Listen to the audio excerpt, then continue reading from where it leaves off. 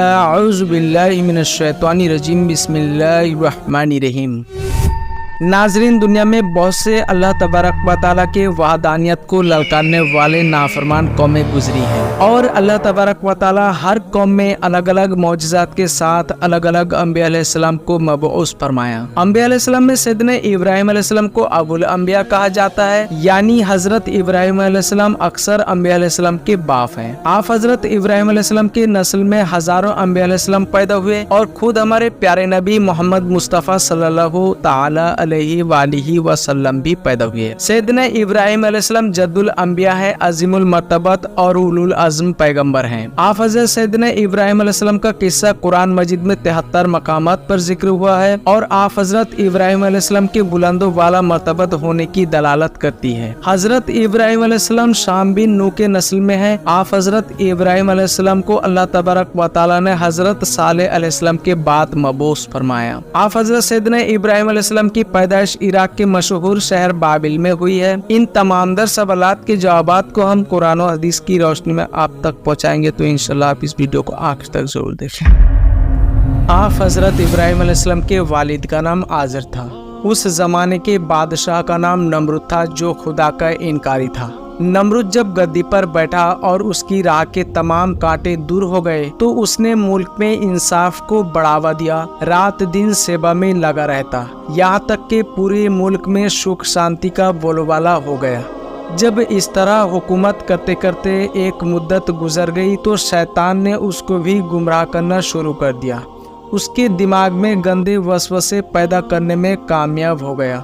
यहाँ तक कि एक वक्त ऐसा आया कि उसने खुदाई का दावा कर बैठा। अपनी मूर्तियाँ हर इबादत खाने में भिजवा दी ताकि लोग उसको सजदा करे और उसकी पूजा करे। एक दिन नजूमियों ने सितारों पर नजर करके नमरूद से ये अर्ज किया कि इस साल इस शहर में एक लड़का पैदा होगा जो तेरा मुल्क और तेरे दिन तबाह बर्बाद कर देगा। नमरूद घबरा गया और उसने बेकरार होकर हुक्म दे दिया कि इस साल जितने लड़के पैदा होंगे सबको कत्ल कर दिया जाए। हजरत इब्राहिम अलैहिस्सलाम की माँ पर हमला की निशानी जाहिर हुई तो वो बीबी सबको मालूम हो जाने की डर से बाहर चली गई। जब जंगल में एक सूखी नहर में पहुंची तो आंखों का ये नूर पैदा हुआ। माँ का दिल चेहरा मुबारक देखकर बहुत खुश हुआ। वहाँ नहर के पास एक गार था, वहाँ लोगों का आना जाना बिल्कुल ना होता था। इब्राहिम अलैहिस्सलाम की माँ ने उस खूबसूरत बच्चे हजरत इब्राहिम अलैहिस्सलाम को एक कपड़े में लपेट कर रख दिया और वहाँ से आंसू भरे दिल को थामे हुए वापस घर लौट आई। फिर जब अपने दिल के टुकड़े को देखने उस गार में आई तो उसे जिंदा और खुश देखकर उनकी आंखों में मोहब्बत के आंसू छलक आए। उन्होंने देखा कि हजरत इब्राहिम अलैहिस्सलाम एक अंगूठे से दूध और एक से शहद पी रहे हैं। ऐसी हालत देखकर माँ बेहद ताज्जुब में पड़ गई,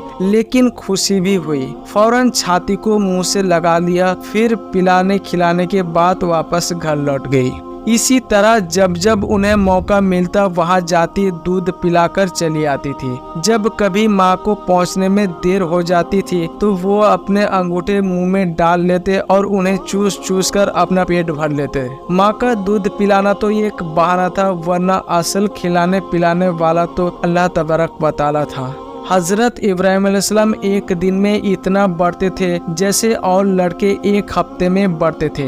वो एक हफ्ते में इतना बढ़ जाते थे कि और लड़के एक महीने में भी मुश्किल से बढ़ पाए, और वो एक महीने में इतना बढ़ जाते थे कि दूसरे बच्चे साल में उतना बढ़ पाते थे। इस तरह जब दूध पीने की मुद्दत खत्म हुई और हजरत इब्राहिम अलैहिस्सलाम में कुछ समझ पैदा हुई तो एक दिन उनकी माँ ने रात को आकर मुलाकात की तो हजरत इब्राहिम अलैहिस्सलाम ने अपनी माँ से पूछा, क्या इस अंधेरे के अलावा और कोई दूसरी जगह नहीं है? इस जंगली इलाके के अलावा कोई दूसरा मकान नहीं है? माँ ने कहा कि दुश्मनों के डर से तुझको यहाँ छिपाया है और तेरी हिफाजत के लिए इस गार को चुना है। वैसे तो दुनिया बहुत लंबी चौड़ी, आसमान बहुत ऊंचा और बुलंद है। हजरत इब्राहिम अलैहिस्सलाम ने फरमाया कि अब तो मुझको गार में आराम नहीं मिलता और ना मुझे ये जगह अच्छी लगती है। फिर हजरत इब्राहिम अलैहिस्सलाम गार से निकल आए।